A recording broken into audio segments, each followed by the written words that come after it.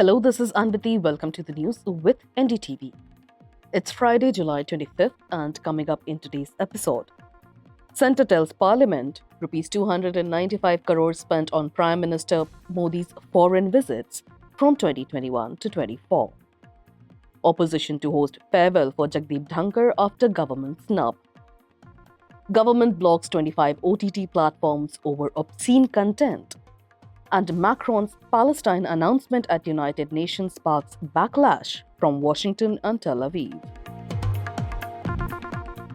The government has revealed that over 67 crore rupees was spent on Prime Minister Narendra Modi's official visits to 5 countries in 2025, including France, the United States, and Saudi Arabia. The information was shared in a written reply by Minister of State for External Affairs Kirti Vardhan Singh in the Rajya Sabha on Thursday. The data was provided in response to a question by Trinamool MP Derek O'Brien. It lists both country-wise and year-wise expenditure details on the Prime Minister's foreign visits between 2021 and 2025. For several visits in 2025, including those to Mauritius, Croatia, Cyprus, Ghana, and Argentina, expenditure details were not provided, with the reply stating, "Bills under settlement, total expenditure not yet available." Of the 5 trips in 2025 for which figures are available, the most expensive one was visit to France, costing over 25.5 crore rupees. The trip to United States in February 2025 came in next at approximately 16.5 crore rupees. Other countries included in the list were Thailand, Sri Lanka, and Saudi Arabia, costing between 4 to 15 crores each. During his trip to France from 10th to 13th of February, Prime Minister Modi held bilateral talks with French President Emmanuel Macron and attended an international summit on artificial intelligence. In the United States, he met with President Donald Trump and participated in several high-level engagements. In total, the Prime Minister's foreign visits between 2021 and 24 cost nearly 295 crore rupees, with 109 crore spent in 2024 alone. That year included trips to 16 countries such as Russia, Ukraine, and Brazil. Expenditure for 2023 stood at Rs 93 crore, while it was Rs 55.8 crore in 2022 and approximately 36 crore rupees in 2021. Detailed figures for specific visits were also included in the list. In 2021, Prime Minister Modi's trip to the United States cost around 19.6 crore rupees, while the visit to UK came to about 8.5 crore rupees. In 2022, the Germany visit accounted for 9.4 crore, followed by Japan at 8.6 crore. Additionally, the government shared data costs related to advertising and broadcasting during these trips. For example, promotional expenses for the Prime Minister's 2023 visit to Egypt were listed at 11.9 lakh rupees. Opposition parties are making the most of Vice President Dhankhar's abrupt resignation earlier this week by extending an invitation for a farewell dinner.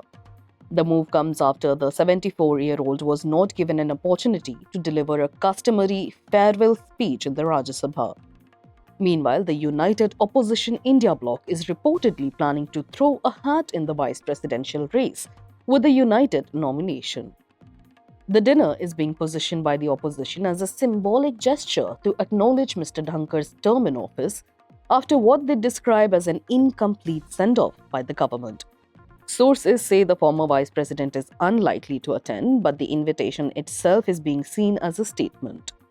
Mr. Dhankhar resigned on Monday, citing health reasons in his letter to President Draupadi Murmu. However, the timing of the resignation followed a series of politically sensitive developments. Last week, in his capacity as Rajya Sabha chairperson, Mr. Dhankhar accepted a motion from opposition MPs to begin removal proceedings against Justice Yashwant Verma of the Delhi High Court. Justice Verma is under scrutiny after large amounts of cash were allegedly found at his residence, sparking a corruption probe. The government, sources said, had prepared its own motion to be introduced in the Lok Sabha, however, and had already secured opposition signatures to support it. Mr. Dhankhar's decision to accept the Rajya Sabha motion is believed to have disrupted that plan. Government sources said Prime Minister Narendra Modi was briefed shortly afterwards and top ministers held consultations the same evening. MPs were reportedly told to stay in Delhi and support a countermove, which would have been a no-confidence motion against the vice president, a second for him. Within hours, Mr. Dhankhar submitted his resignation. The Election Commission has since appointed PC Modi, Secretary General of Rajya Sabha, as the returning officer for the vice presidential election. Under Article 62(8)(2) of the Constitution, the election must be held as soon as possible following a vacancy. Opposition parties under the India Bloc umbrella are expected to field a joint candidate, with Congress President Mallikarjun Kharge confirming, "We will call a meeting of the India Group parties and take a collective decision on what to do for the VP election." Despite the BJP-led NDA holding a majority in the parliament, sources say the opposition is not ruling out a contest, aiming to send a message out even if the numbers are not in their favor. The government has instructed internet service providers across the country to block access to 25 over-the-top or OTT platforms that it says were hosting content in violation of Indian laws and cultural norms. The platforms include well-known names such as Ullu, All-T, Desi Flix, among others. The directive issued by the Ministry of Information and Broadcasting cites concerns over sexually explicit and obscene material being made available to the public through these digital services. One source added it was soft porn. According to the notification, the action was taken under the provisions of the Information Technology Act 2000 and the IT Intermediary Guidelines and Digital Media Ethics Code Rules 2021. It said intermediaries, including ISPs, internet service providers, are obligated to restrict access to unlawful content when directed to do so by the government.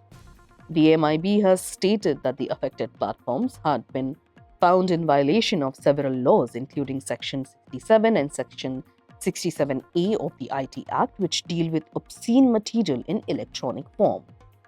In addition, some content was found to contravene Section 294 of the Bharatiya Nyaya Samhita 2023 and Section 4 of the Indecent Representation of Women Prohibition Act 1986.